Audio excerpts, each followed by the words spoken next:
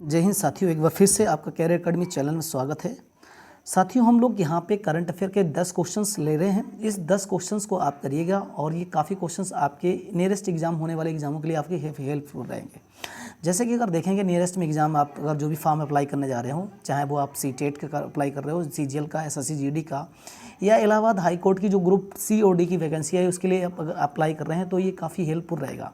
इसमें चुनिंदा क्वेश्चंस, मैंने सेलेक्टेड क्वेश्चंस उठाए हैं, ऐसे क्वेश्चंस जो एग्ज़ाम में काफ़ी आपकी मदद करेंगे। जो 10 क्वेश्चन है, इसके अलावा हमने इसमें कुछ ऐसी भी सूचना है, इन्फॉर्मेशन आपको ऑलरेडी प्रोवाइड कराने जा रहे हैं जो काफ़ी आपके एग्जाम के लिए महत्वपूर्ण रहेगा। आइए हम लोग दोस्तों पहला क्वेश्चन देखते हैं। पहला क्वेश्चन मेरा जो दिया हुआ है, प्रतिवर्ष राष्ट्रीय एकता दिवस कब मनाया जाता है? जब भी हम राष्ट्रीय एकता दिवस की बात करते हैं तो पटेल जी को हम भूल नहीं सकते हैं। वही पटेल जी, सरदार वल्लभ भाई पटेल, जिन्होंने भारत को एकीकरण, यूनिफिकेशन करने में एक बहुत बड़ा योगदान रहा उनका भारत के लिए। इसके अलावा सरदार पटेल जी ने, है ना, स्वतंत्रता की लड़ाई में काफ़ी बड़ा योगदान भी दिया था। उन्हीं की हम बात कर रहे हैं, सरदार पटेल जी की, जिनके जन्म दिवस को लेकर यहाँ पे हम प्रतिवर्ष 31 अक्टूबर को क्या मनाते हैं? एकता दिवस मनाते हैं। सरदार पटेल जी एक ऐसे व्यक्ति रहे जो कि भारत के पहले होम मिनिस्टर भी रहे, और इसके अलावा जो बीजेपी गवर्नमेंट है उसने statue of unity Kevadia Gujarat में मनाया, तो आपको याद रखना है। इसके अलावा सरदार को सरदार की उपाधि किसने दी, ये भी मुझे जानना है। तो सरदार को सरदार की उपाधि बारदोली की महिलाओं ने यहाँ पे सरदार की उपाधि दी थी, लेकिन इसको टाइटलाइज, इसको भुनाया किसने? वो रहेंगे एम.के. जी। एम.के. जी बोले तो मोहनदास करमचंद गांधी। आइए हम लोग अगले क्वेश्चन की तरफ बढ़ते हैं। अगला क्वेश्चन मेरा दिया हुआ है, 26 अक्टूबर से 12 नवंबर 2022 तक भारत और किस देश के बीच गरुड़ थर्ड आयोजित किया जा रहा है? देखिए, युद्ध अभ्यास है। युद्ध अभ्यास हमेशा हम एक दूसरे देशों से करते हैं, और युद्ध अभ्यासों में हम एक दूसरे की बहुत सारी इवेंट्स को सीखते भी हैं। क्या सीखते हैं हम लोग? बहुत सारी इवेंट्स सीखते हैं, और इवेंट के साथ साथ कुछ हम ऐसे रिहर्सल भी सीखते हैं जो हमें ऐसे समय में काम आते हैं। जैसे कोई युद्ध वगैरह अगर किसी देश से होने वाला हो तो हम उनके दूसरे देशों के युद्ध अभ्यास के दौरान हम किसी हथियारों को भी सीखते हैं, कई ऐसी टेक्नोलॉजियाँ होगी उनको भी सीखते हैं। तो दोस्तों इसमें आंसर क्या होगा? आप गैस करिए क्या हो सकता है आंसर? भारत या नेपाल, या इसमें नेपाल या फ्रांस या अमेरिका या जापान। तो आंसर मेरा क्या होगा? फ्रांस। फ्रांस के साथ हम 2-3 युद्ध अभ्यास और भी आप याद रख पाओ तो कर सकते हैं। उसमें गरुड़ थर्ड तो आप जान ही चुके हो, शक्ति, वरुण और डेजर्ट नाइट 21 अभ्यास भारत और फ्रांस के बीच में ही होता है। आगे बढ़ते हैं दोस्तों, अगले क्वेश्चन की तरफ बढ़ते हैं। नेक्स्ट क्वेश्चन मेरा दिया हुआ है, क्वेश्चन नंबर 3, काफ़ी इंपॉर्टेंट क्वेश्चन है। हाल ही में किसने ग्लोबल टीबी रिपोर्ट 2022 जारी किया है? देखिए, जब हम टीबी की बात करते हैं, ट्यूबरक्लोसिस, ये एक, है ना, खतरनाक बीमारी है, बहुत ही डेंजरस बीमारी है। ये बीमारी जिसको हो जाती है तो उसके पहले लक्षण क्या होते हैं? इसमें क्या होता है कि आपको खांसी आएगी, खांसी के साथ ब्लड भी आएगा। अगर आपको 1 हफ्ते लगातार खांसी के साथ ब्लड भी आता है तो आप इसका चेक जरूर करवाएं। टीबी दिवस हम हमेशा मनाते हैं, कब मनाते हैं? 24 मार्च को हम टीबी दिवस प्रत्येक वर्ष मनाते हैं, और टीबी बैक्टीरिया के माध्यम से फैलता है। तो इसकी रिपोर्ट कौन जारी करता है? तो बिल्कुल यहाँ पे आपको ये चीज़ समझ में आ रही होगी, कौन जारी करता है? विश्व स्वास्थ्य संगठन, WHO करता है।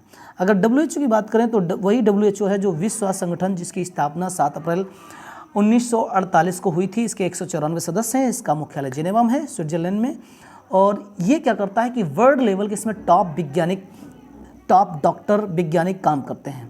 ये वर्ल्ड लेवल के लिए एक रिपोर्ट जारी करता है, इसलिए 7 अप्रैल को हम क्या मनाते हैं? 7 अप्रैल को याद रखना, विश्व स्वास्थ्य दिवस मनाते हैं। तो आंसर मेरा क्या हो जाएगा? WHO।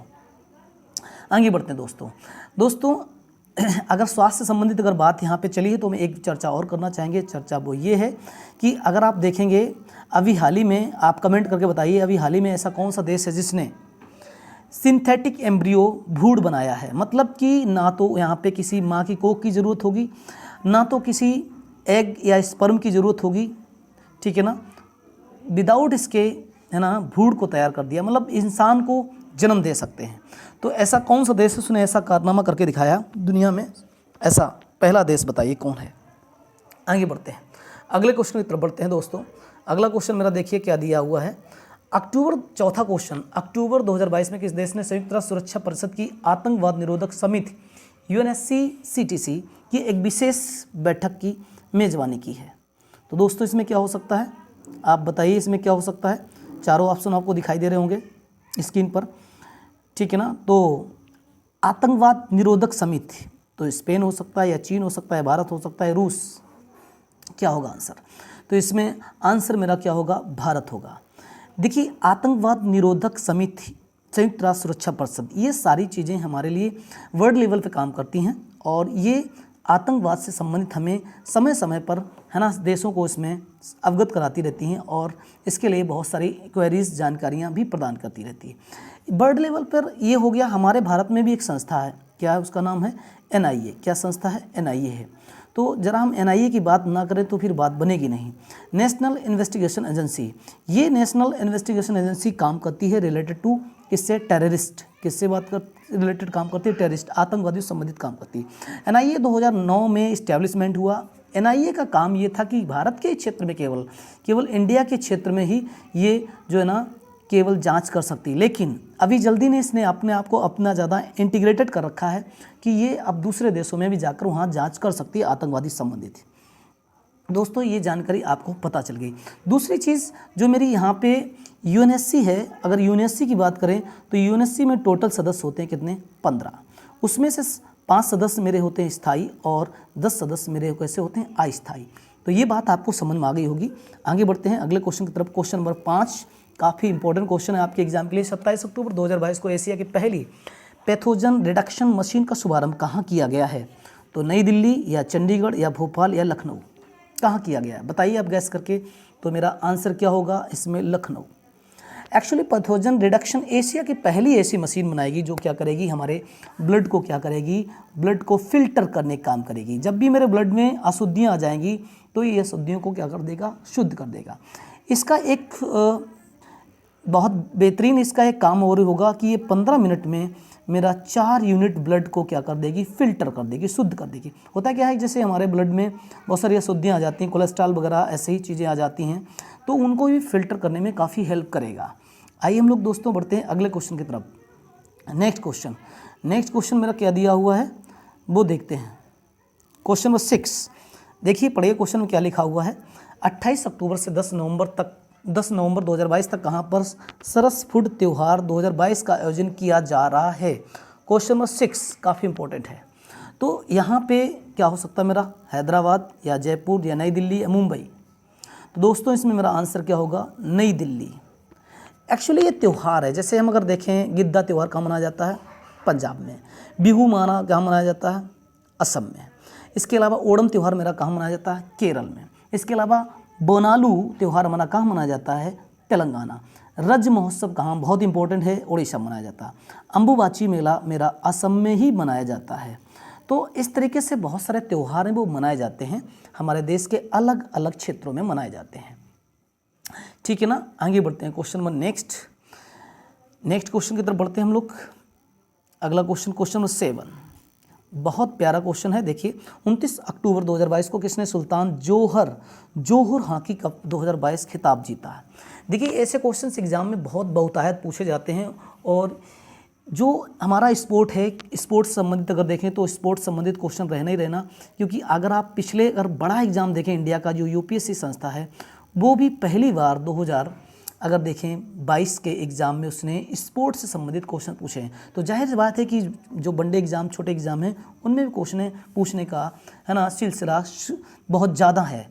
ठीक है ना, आगे बढ़ते हैं। तो दोस्तों इसमें क्या आंसर हो सकता है गैस करके बताइए? ऑस्ट्रेलिया, भारत, जापान या फिर मलेशिया। क्वेश्चन नंबर 7 काफ़ी इंपॉर्टेंट क्वेश्चन है। तो मेरा आंसर क्या होगा? भारत। क्या होगा मेरा आंसर? भारत हो जाएगा। चलिए आगे बढ़ते हैं। एक चीज़ आपको ध्यान रखना, जब हम यहाँ स्पोर्ट की बात करते हैं कुछ और जानकारी महत्वपूर्ण हम जानकारी ले लेते हैं। अगर बात करें यहाँ पे हॉकी इंडिया के नए अध्यक्ष कौन बने, तो आपसे पूछा जाए तो हॉकी इंडिया के नए अध्यक्ष कौन बने? दिलीप तिर्की बने हैं। कौन बने? दिलीप तिर्की। तो आपको याद रखना दिलीप तिर्की इसके हॉकी इंडिया के नए अध्यक्ष बने हैं। और इसके अलावा हम बात करें राष्ट्रमंडल खेल जो 2022 हॉकी है ना 2022 जो राष्ट्रमंडल खेल था उसको भारतीय हॉकी टीम को किसने गोल्ड पदक जीत लिया था? ऑस्ट्रेलियन जीत लिया। हॉकी के जादूगर आपको पता ही होगा कौन है? मेजर ध्यानचंद। और मेजर ध्यानचंद की अगर बात आती है तो 29 अगस्त तो हम नहीं भूल सकते हैं, क्योंकि 29 अगस्त को हम क्या मनाते हैं? खेल दिवस के रूप मनाते हैं।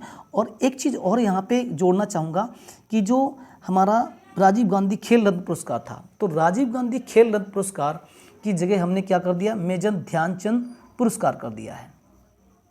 आगे बढ़ते हैं हम लोग, अगले क्वेश्चन की तरफ बढ़ते हैं। नेक्स्ट क्वेश्चन काफ़ी इंपॉर्टेंट क्वेश्चन है, ये देखिए आपके स्क्रीन पे क्वेश्चन है, बहुत इंपॉर्टेंट क्वेश्चन है। हाल ही में किस राज्य ने महिलाओं के लिए सुरक्षित और स्वस्थ स्थलों को सुनिश्चित करने के लिए महिला अनुकूलन पर्यटन परियोजना शुरू की है? तो क्या हो सकता है, गैस करिए, अरुणाचल प्रदेश या नागालैंड या केरल या मणिपुर। तो ये जो राज्य ने महिलाओं के लिए सुरक्षित स्वच्छ स्थलों को सुनिश्चित करने के लिए महिला अनुकूलन पर्यटन परियोजना शुरू की है, तो वो क्या की है, केरल ने की है। अब पर्यटन की बात आती है तो हम उस पर डिस्कस करेंगे, बिल्कुल ज़रूर करेंगे।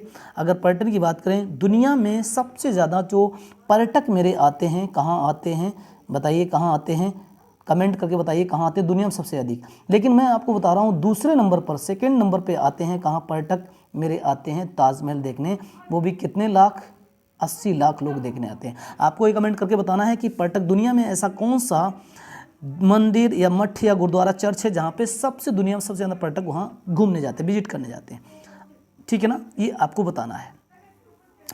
अब यहाँ पे बात करते हैं थोड़ा सा केरल संबंधित और भी क्वेश्चन हम देख लेते हैं। केरल संबंधित क्या क्वेश्चन हो सकते हैं? जल मेट्रो परियोजना शुरू करने वाला भारत का एकमात्र पहला शहर कौन सा है? कोच्चि है, आपको याद रखना है, कौन सा है, कोच्चि है। इसके अलावा सिल्वर लाइन परियोजना किसने शुरू की है? वो भी केरल ने ही शुरू की है। आगे बढ़ते हैं। हाल ही में केंद्र सरकार ने किसे chair of the country civil 20 का अध्यक्ष नियुक्त किया है? वैशाली हिवासे या पीयूष गोयल या अमिताभ कांत या अमृतानंदमयी देवी? तो मेरा आंसर क्या होगा, अमृतानंदमयी देवी को ही यहाँ पे chair of the country civil 20 का अध्यक्ष नियुक्त किया गया है। आगे बढ़ते हैं, आगे बढ़ते हैं। क्वेश्चन नंबर 10 काफ़ी इंपॉर्टेंट क्वेश्चन। 2 अक्टूबर से 31 अक्टूबर 2022 तक फिट इंडिया फ्रीडम रन का आयोजन किया जा रहा है। ये किस इसका कौन सा एडिशन है, संस्करण है? पहला या फिर दूसरा या तीसरा या चौथा? आंसर मेरा क्या होगा, तीसरा। देखिए यहाँ पे अगर हम बात कर रहे हैं फ्रीडम रन का आयोजन किया जा रहा है, तो इसका संस्करण आपको याद रखना है। ये जौहर से संबंधित है, इसको पढ़ लीजिए आप, है ना। पीछे जो क्वेश्चन हमने डिस्कस किया था जौहर हॉकी, तो उससे आप रिलेटेड यहाँ पे मैंने कुछ दिया है, उसको आप रीड कर लीजिए। आगे दोस्तों हम देखते हैं कुछ और भी इम्पोर्टेंट न्यूज़ रही हैं जो इस महीने की बहुत ही खास इंटरनेशनल नेशनल लेवल की न्यूज़ रही, उनको देखते हैं। जैसे इसमें दिया है, असम सरकार ने USAID के सहयोग से भारत में जंगलों के बाहर पेड़, क्या दिया है, पेड़ कार्यक्रम शुरू किया है। कार्यक्रम का मुख्य उद्देश्य किसानों, कंपनियों और निजी संस्थानों को जंगल के बाहर वृक्षों के कवरेज का विस्तार करने के लिए एक साथ लाना है। यह कार्यक्रम राज्य में स्थापित समुदायों को भी समर्थन करेगा और समस्त किसानों को आय में भी वृद्धि करेगा।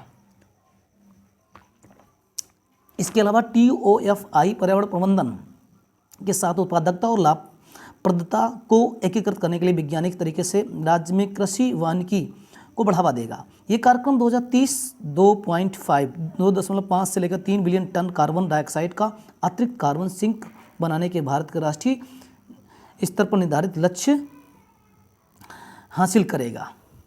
आगे बढ़ते हैं, क्या दिया है, बहुत ज़बरदस्त इन्फॉर्मेशन है। फाइनेंशियल एक्शन टास्क फोर्स ने पाकिस्तान को 4 साल बाद अपनी ग्रे लिस्ट से हटा दिया है। किसने? फाइनेंशियल एक्शन टास्क फोर्स ने पाकिस्तान को 4 साल बाद अपनी ग्रे लिस्ट से हटा दिया है। पाकिस्तान जून 2018 से अपने आतंकवाद रोधी, वित्त पोषण और धन शोधन रोधी शासनों में कमियों के लिए पेरिस स्थित निगरानी संस्था की ग्रे सूची में है। फाइनेंशियल एक्शन टास्क फोर्स ने 21 अक्टूबर 2022 को पेरिस में आयोजित अपनी पूर्ण बैठक में ये निर्णय लिया है।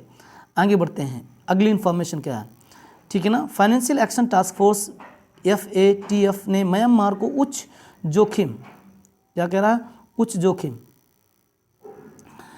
जोखिम वाले देशों की सूची में, जिन्हें ब्लैक लिस्ट के रूप में जाना जाता है, शामिल किया है। म्यांमार को मनी लॉन्ड्रिंग और आतंकवादी वित्त पोषण के मुकाबले करने के लिए रणनीतिक कमियों के कारण सूची में जोड़ा गया है। म्यांमार उत्तर कोरिया और ईरान के साथ इस सूची में शामिल होने वाला तीसरा देश बन गया है। अगली इन्फॉर्मेशन, ऑस्ट्रेलिया और जापान ने एक सुरक्षा समझौते पर हस्ताक्षर करते हुए संवेदनशील खुफिया जानकारी साझा करने और रक्षा सहयोग में गहरा करने पर सहमति व्यक्त की है। प्रधानमंत्री फुमियो किशिदा, देखिए जापान के जो शिंजो अबे थे उनकी एक गोली मारकर हत्या कर दी। इसके बाद फुमियो किशिदा और एंथनी अल्बनीज ने पश्चिमी ऑस्ट्रेलिया शहर में पर्थ में समझौते पर हस्ताक्षर किए। सौदे के तहत देशों के रक्षा बल उत्तरी ऑस्ट्रेलिया में एक साथ प्रशिक्षण लेंगे और रक्षा खुफिया जानकारी साझा करने में सहयोग को बढ़ावा और मजबूती प्रदान करेंगे। इसके अलावा और भी देखते हैं, भारतीय और अमेरिका, काफ़ी इंपॉर्टेंट है, काफ़ी इंपॉर्टेंट क्वेश्चन को, काफ़ी इंपॉर्टेंट ये सूचना है आपके लिए, ठीक है ना। भारतीय और अमेरिकी सेनाओं ने विशाखापट्टनम में 3 दिवसीय संयुक्त मानवीय सहायता अभ्यास टाइगर ट्रम्प का किया है। ये 20 अक्टूबर 2022 को संपन्न हुआ है। ये अभ्यास क्षेत्र में आपदा राहत के समन्वय के लिए भारतीय और अमेरिकी सेनाओं के बीच दूसरा सहयोग होगा। देखिए, अगर आपदा, हम नेचुरल कैलेमिटीज़ की बात करें तो भारत में अगर सबसे ज़्यादा अगर देखा जाए जो आपदाएं आती हैं वो कहाँ आती हैं, उड़ीसा में आती हैं और इसके अलावा जम्मू कश्मीर में। क्योंकि आप देखेंगे कहीं जो नेचुरल कैलेमिटीज़ मेरे घर देखें, जो प्राकृतिक आपदाएं देखें तो उसमें भूस्खलन ले लेंगे, इसके बाद बाढ़ ले लेंगे, इसके बाद ओलावृष्टि ले लेंगे, इसके बाद बादल फटने ले लेंगे, है ना। ऐसी तमाम जो है ना नेचुरल कैलेमिटीज़ रहती हैं। इसीलिए हम हर साल 13 अक्टूबर को आपदा दिवस के रूप में मनाते हैं, ठीक है ना। ये पहला अभ्यास विशाखापट्टनम नवंबर 2019 में 9 दिनों की अवधि में हुआ था, ये भी आपको याद रखना है। पेनी माइट के कंजर्वेटिव पार्टी नेतृत्व की दौड़ से बाहर होने के बाद पूर्व ब्रिटिश वित्त मंत्री ऋषि सुनक, ये भारतीय मूल के हैं, ठीक है ना, इस ध्यान रखना। भारत के मूल के पहले ऐसे व्यक्ति हैं जो ब्रिटेन के प्रधानमंत्री बने हैं। अगले प्रधानमंत्री तैयार हैं। 42 वर्षीय ऋषि सुनक भारतीय मूल के पहले ब्रिटिश प्रधानमंत्री बनेंगे। बोरिस जॉनसन और लिज ट्रस ने अपने पदों से इस्तीफा देने के बाद ऋषि सुनक ने 2 महीने से कम समय में ही ब्रिटेन के तीसरे प्रधानमंत्री बनेंगे। बड़ा खुशी की बात है हमारे लिए कि भारत का कोई व्यक्ति है जो क्या कर रहा है, ब्रिटेन का प्रधानमंत्री बनेगा। एक समय वो था जब ब्रिटिश हुकूमत ने, ब्रिटिश ईस्ट इंडिया कंपनी ने भारत को काफ़ी लंबे समय, लगभग 300 वर्ष तक गुलाम बनाया। तो एक खुशी की बात है हमारे लिए, ठीक है ना। इसके लिए एक लाइक ठोक दीजिए, ठीक है ना। आगे बढ़ते हैं नेक्स्ट को। बहुत इंपॉर्टेंट क्वेश्चन है। महान फिल्म निर्माता सत्यजीत रे की फिल्म पथेर पंचाली को international federation of film critics द्वारा अब तक की सर्वश्रेष्ठ भारतीय फिल्म घोषित किया गया है, ठीक है ना। इसमें भारतीय सिनेमा सूची के इतिहास में शीर्ष 10 फिल्मों में नंबर 1 स्थान प्राप्त किया, जिसकी घोषणा international federation of film critics की ओर से कराए गए मतदान के बाद हुई। ये फिल्म 1955 में रिलीज़ हुई थी। देखिए रिलीज़ कब हुई, 1955 में, और इसको अभी शामिल किया गया। बड़ा खुशी की बात है मेरे लिए, ठीक है ना। आगे बढ़ते हैं। 16 वर्षीय अमन, बड़ा इंपॉर्टेंट क्वेश्चन। 16 वर्षीय अमन सहरावत स्पेन के पोर्टवेद्रा में अंडर 23 विश्व कुश्ती चैंपियन में स्वर्ण पदक जीत लिया। बड़ा इंपॉर्टेंट क्वेश्चन है। जीतने वाले पहले भारतीय पहलवान बने। भारत ने अंडर 23 विश्व कुश्ती चैंपियनशिप 2022 में 6 पदक, 1 स्वर्ण पदक, 1 रजत, 4 कांस्य जीते। इसमें पहले साजन भानवाला अंडर 23 चैंपियनशिप पदक कांस्य जीतने वाले भारत के पहले ग्रीको रोमन पहलवान बने थे। तो काफ़ी इंपॉर्टेंट है आपके लिए दोस्तों। अगर आप मेरे चैनल पर पहली बार जुड़े हुए हैं तो आप मेरे चैनल को सब्सक्राइब और शेयर करना ना भूलें और कमेंट करना बिल्कुल नहीं भूलें। जय हिंद।